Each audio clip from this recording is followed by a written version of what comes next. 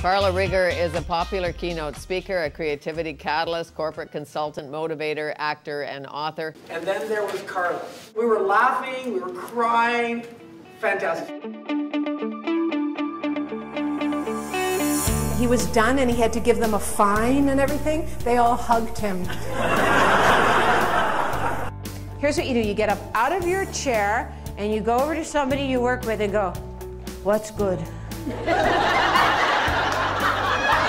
You get some information from a few people, you go, "Thank you." And then you go back to work. Here's another cheat you can use. You can make it up. They'll never know. You can say, "Yeah, I read this diet book last night. I woke up in the morning, 20 pounds gone." Sorry, this is a true story. During the Cuban Missile Crisis, apparently it was such a tense interaction with the Russian and the American delegates, and they couldn't solve the issue. It was like maybe World War III, right? It was very intense. And at one point, the negotiations stopped completely, and there was silence in the room, and finally one of the Russian delegates stood up and he said, "I think we should just all go around and tell a joke." And they all went. And he said, "Okay, I'll start." He said, "What is the difference between capitalism and communism?" He said, "In capitalism, man exploits man, and in communism, it's the other way around." And it made everybody laugh, and then they got on with the negotiation, and they sorted it out. And some people think that is the reason there was no World War III. Right there. So it's a tension diffuser, right? The idea is to get the other person's feet to move. Ready? 17 seconds, go.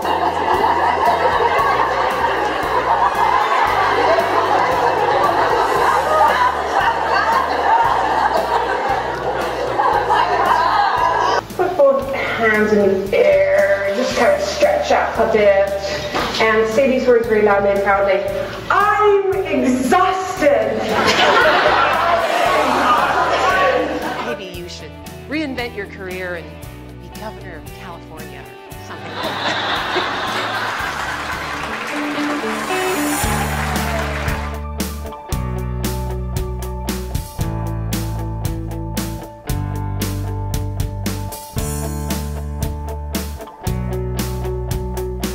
My expertise is the art of reinvention. Now I teach people about how to create their life as a work of art, how to choose a creative mindset in everything they do, whether they're a receptionist, a janitor, or a CEO. You can't actually grow and learn as a leader unless you're making mistakes, unless you're stretching yourself. But on the other hand, there are ways to avoid some of them.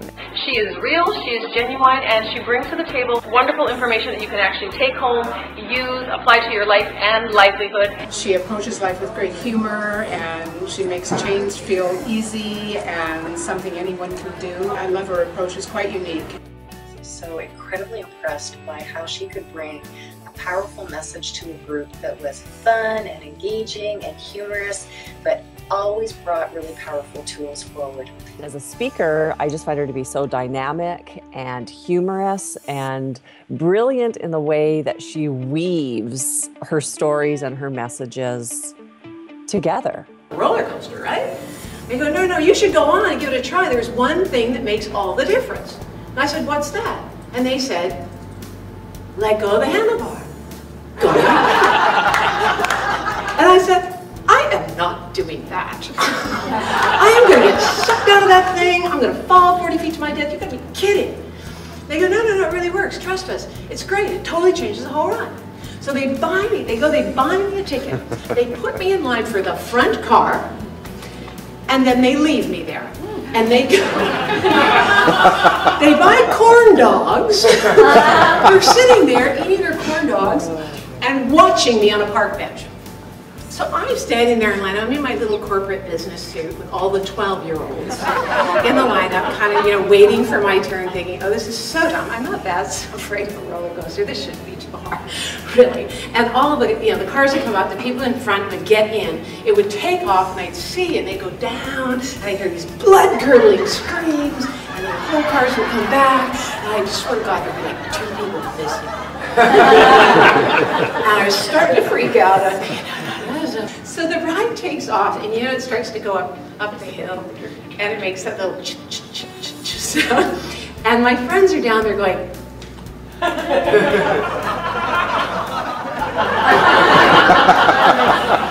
1, 2, 3.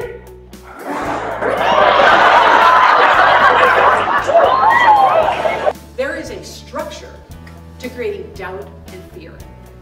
There is a structure to creating faith and positive focus. We all have within us the creative side, but I think we all have a lot of fear about it, and our trick is to recapture that artist as an adult and put it into our life's work. And if we don't, that it becomes destructivity. You really have to keep seeing, am I being creative for creativity's sake, or am I doing it for a higher purpose, for the higher good? And I do a lot of surveying in organizations, and I often ask this question. I said, what do you think is the difference between someone in an organization who totally is happy and centered during a massive hurricane of change, as opposed to the person who gets freaked out because somebody moved the stapler from one end of the office to the other?